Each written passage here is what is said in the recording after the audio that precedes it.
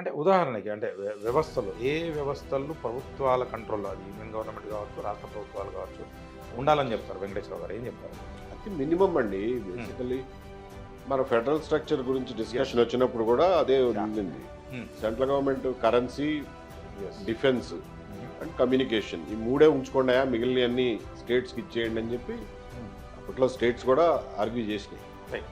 కానీ ఇవాళ చూస్తే మొత్తం అన్నీ సెంట్రలైజ్ అయిపోయి ఉన్నాయి. హ్మ్. అట్లాగే స్టేట్లో కూడా అన్ని స్టేట్ వరకు అన్ని సెంట్రలైజ్ చేశారు. పంచాయతీలు అంటే దిక్కు లేదు, మున్సిపాలిటీకి దిక్కు లేదు, హ్మ్. హ్మ్. ప్రతిదీ సెంట్రలైజ్డ్. హ్మ్. హ్మ్. హ్మ్. సో ఈ సెంట్రలైజింగ్ టెండెన్సీ న్యాచురల్గా వస్తుంది. రైట్. దాన్ని యాక్టివ్గా రెసిస్ట్ చేస్తే తప్ప ఆగదు. హ్మ్. ఎవరైనా ఎక్కువ పవర్ కావాలనుకుంటారు కానీ ఉన్న పవర్ని కింద వాళ్ళకి పంచుకుంటారని ఎందుకు అనుకుంటారు? అంటే వెంకటేశ్వరరావు గారి ఆలోచన ఏంది? కంప్లీట్ డీసెంట్రలైజేషన్ ఇప్పుడు లేదంటారా? అది అస్సలు చేయాలంటారా? కంప్లీట్ కాదు, అసలే లేదు డీసెంట్రలైజేషన్. హ్మ్. అవు కంప్లీట్లీ సెంట్రలైజ్డ్ హ్మ్. పాలిటిక్స్ మనకి. అధికారాలని ముఖ్యమంత్రి, ప్రధానమంత్రి చేతిలో ఉన్నాయంటారా? ఏం అంతే, చెప్తున్నారు? ఇంకెవరి దగ్గర ఉన్నాయి? హ్మ్. హ్మ్.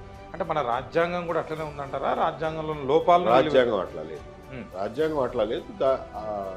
Over a period of time దాన్ని అలా తయారు చేసి తీసుకొచ్చారు. ఎవరు తయారు చేశారంటారు? Over a period of time జరిగిందండి, ఒక్కళ్ళని చెప్పలేదు. హ్మ్. ఎందుకంటే నెహ్రూ గారి టైం నుంచి, నెహ్రూ గారు ఉన్నప్పుడు కొంతవరకు Yeah.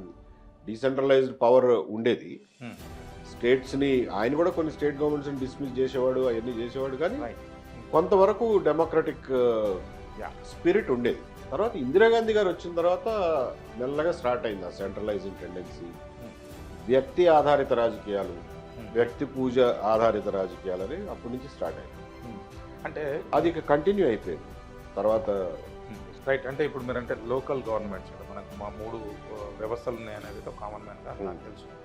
లోకల్ గవర్నమెంట్స్, రాష్ట్ర ప్రభుత్వాలు, యూనియన్ గవర్నమెంట్ అన్న కేంద్ర ప్రభుత్వం అనేది లేదని నాకున్న అంటే అవగాహన. సో అంటే ఈ 3 ఎట్లా పనిచేయాలంటే ఏం చెప్తారు వెంకటేశ్వరరావు గారు? అంటే ఎక్కడ లోపం ఉందంటారు? ఈ 5 అంచెల వ్యవస్థ సరిగ్గా లేదంటారా అనేది నేను ఏం చెప్తారు? ఈ 5 అంచెల వ్యవస్థ ఇక 73, 74 కాన్స్టిట్యూషనల్ అమెండ్మెంట్స్ చేసి రైట్. పంచాయతీరాజ్ వ్యవస్థలకి ఏదో అధికారాలు ఇస్తున్నామని అన్నారు. కానీ అసలు నిజంగా అధికారాలు ఇచ్చింది ఎక్కడా లేదు. మనం కూడా చూసాం కదా, జగన్మోహన్ రెడ్డి గారి గవర్నమెంట్లో వాళ్ళకి రావాల్సిన ఫండ్స్ కూడా వీళ్ళు మధ్యలో ఆపేసి లాగేసుకునేవాళ్ళు. ఎస్, యూనియన్ గవర్నమెంట్ నుంచి రావాల్సిన యూనియన్ ఫండ్స్ గవర్నమెంట్ స్టేట్ తీసుకొని స్టేట్ గ్రామాలకు ఇవ్వలేదంటారా మీరు? ఇవ్వలేదుగా. గ్రామాలకు వచ్చిందని కూడా మినాయించుకుని ఏదో ఒక పేరు మీద మీరు కరెంటు బిల్లులు అట్లా పాత బిల్లులకు వసూలు చేసుకుంటున్నామని ఏదో ఒకటి చేసి మొత్తం లాగేసుకున్నారు. అందుకే అప్పుడు సర్పంచులు కూడా అందరూ రోడ్లెక్కి గొడవ చేశారు. Yes yes. వాళ్ళ పార్టీ సర్పంచులు కూడా గొడవ చేశారు. సో పంచాయతీరాజ్ వ్యవస్థ అనేది కేవలం కాగితాల మీదే ఉందో తప్ప దానికి ఒక స్వేచ్ఛ లేదు, ఒక ఆర్థిక ఎస్ పరిపుష్టి లేదు, వాళ్ళకు ఫైనాన్షియల్ రిసోర్సెస్ లేవు. రైట్.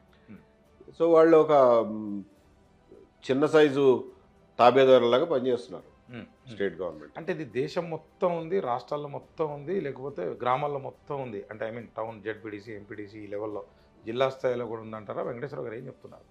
ఏంటి ఉండింది అంటే మీరు చెప్తున్నటువంటి డీసెంట్రలైజేషన్ లేదు సరిగ్గా, ఈ Decentralization వ్యవస్థను అంతా కూడా లేదు. పంచాయతీరాజ్ వ్యవస్థల్ని, శాఖల్ని అంతా కూడా నిర్వీర్యం చేశారని మాట్లాడుతున్నారు మీరు.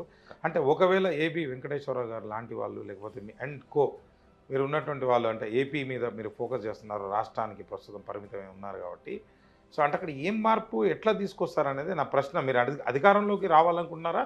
ఉన్న వ్యవస్థల్ని, కాస్త ప్రశ్న కొంచెం ఎక్కువగా ఉంటుంది, అంటే వ్యవస్థల్ని మార్పు చేయాలనుకుంటారా? ఏం చెప్తారు మీరు అసలు? విప్లవాత్మకమైన మార్పులు అవసరం అండి వ్యవస్థలో. చిన్న మార్పులతో మారేది కాదు ఇది. ఏదో 19-20 కా ఫరక్ అంటారు చూడండి, ఆ 19-20తో అయ్యేది కాదు. చాలా విప్లవాత్మకమైనటువంటి మార్పులు రావాలి, విప్లవాత్మకమైన ఆలోచనలు కూడా రావాలి మనకి. మనల్ని మనం పరిపాలించుకోవడం అంటే ఏంటి, అసలు ప్రజాస్వామ్యం అంటే ఏంటి, మనం ఏం చేస్తున్నాం, మనం ఏ రకంగా ఒక సైకిల్లో పడిపోయి ఇరుక్కుపోయాం, ఒక చట్రంలో పడి ఇరుక్కుపోయాం అనేది మనకు అవగాహన రావాలి. ముందు మన పరిస్థితి ఏంటో మనకు అర్థమైతే అందులోంచి బయటపడటం ఎట్లా అనేది తెలుస్తుంది. సో అవన్నీ వివరించి చెప్తాం ప్రజలకి. నచ్చిన వాళ్ళకి నచ్చుతుంది, ఒప్పుకున్న వాళ్ళు ఒప్పుకుంటారు, లేని వాళ్ళు లేరు, no problem. So it's a large gamut of issues. ఒక ఇష్యూ 2 ఇష్యూలు కావు. సో విప్లవాత్మకమైన మార్పులు రావాలి తప్ప కొద్దిపాటి మార్పులతో ఇది మారేది కాదు. విప్లవాత్మకమైన మార్పులు అంటే జెన్జీ ఈ మధ్య చూసారు 2 దేశాలు మీరు రీసెంట్గా. సో అంటే బంగ్లాదేశ్ కావచ్చు, లేకపోతే మన పక్కనున్న నేపాల్ కావచ్చు, ఇతరతర దేశాలు కావచ్చు. అంటే అలాంటి విప్లవాన్ని ఏబి వెంకటేశ్వరరావు గారు కోరుకుంటున్నారా అని నేను అడుగుతున్నాను. ఎందుకంటే మీరు ఒక ఇంటలెక్చువల్ ఫోరాన్ని కూడా నడుపుతున్నారు. యువతకి మీరు ఏం సందేశం ఇస్తున్నారు? అన్ఫార్చునేట్లీ మీకు ఈ జెన్జీ విప్లవాలు జరిగినటువంటి దేశాల్లో ఎక్కడా కూడా విప్లవం జరిగింది, గొడవ అయింది, ప్రెసిడెన్షియల్ ప్యాలెస్ తగలబెట్టారు, 2-3 రోజులు అయిపోయింది. ఆ తర్వాత వచ్చిన మార్పులు ఏవి పెద్ద పెద్ద ఆశాజనకంగా లేవు. That is the misfortune. అక్కడెక్కడ ఆశాజనకమైన రిజల్ట్స్ రాలా. శ్రీలంకలో కానివ్వండి, నేపాల్లో కానివ్వండి. శ్రీలంకలో అంత గొడవ చేశారా? ఆ తర్వాత శ్రీలంక పరిస్థితుల్లో ఏం మార్పు రాలా, ఏం ఇంప్రూవ్మెంట్ కాలా. ఒకళ్ళు పోయి ఇంకొకళ్ళు పెట్టుకున్నారు అంతే. In fact some people say it has become verse.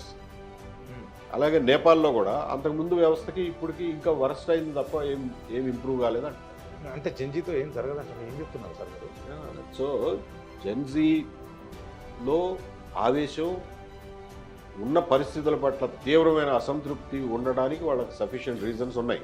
కానీ దీనికి ఒక సైద్ధాంతిక ప్రాతిపదిక కానీ నెక్స్ట్ మీరు ఏం చేయబోతున్నారు, ఏ రకంగా మార్పు కోరుతున్నారు అనే విషయం మీద క్లారిటీ లేకపోతే కేవలం ప్రెసిడెన్షియల్ ప్యాలెస్ తగలబెట్టినంత మాత్రాన ఏమి కాదు.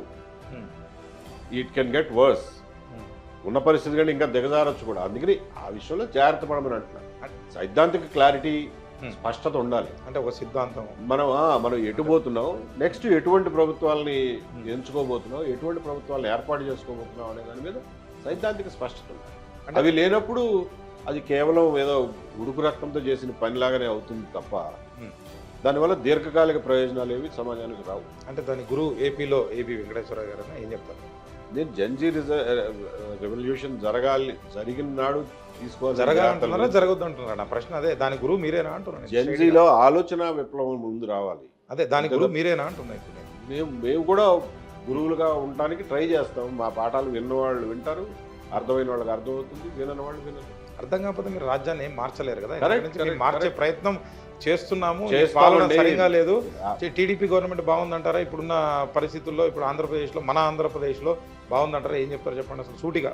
సరే, చంద్రబాబు పాలన అండి, జనరల్గా అర్థం కావడానికి మాట్లాడదాం మనం. ఆంధ్రప్రదేశ్ ప్రభుత్వాన్ని మాట్లాడాలా యాక్చువల్గా? సరే, చంద్రబాబు ప్రభుత్వం ఏదైతే ఉందో బాగుందంటారా? ఏం చెప్తారు మీరు? ఈ కూటమి ప్రభుత్వం ఇంకా పోనీ అది కూడా అడుగుదాం. ఈ ప్రభుత్వం మీద కూడా చాలా తప్పులు జరుగుతున్నాయనే కదా మేము ఎత్తి చూపుతున్నాం. ప్రభుత్వం మీద జరుగుతున్నాయి, ప్రభుత్వంలో జరుగుతున్నాయి, రెండు కొంచెం తేడా ఉంది. ప్రభుత్వంలో జరుగుతున్నాయనే కదా మేము ఎత్తి చూపుతున్నాం అంటున్నాం. సో ఆ తప్పుల్ని ముందు సరి చేసుకోవాలి, ఆ తప్పులు మళ్ళీ జరగకుండా చూసుకోవాలి. సో ఆ తప్పులు జరిగే అవకాశం ఇస్తున్నటువంటి వ్యవస్థలనే మార్చుకోవాల్సిన అవసరం ఉంది.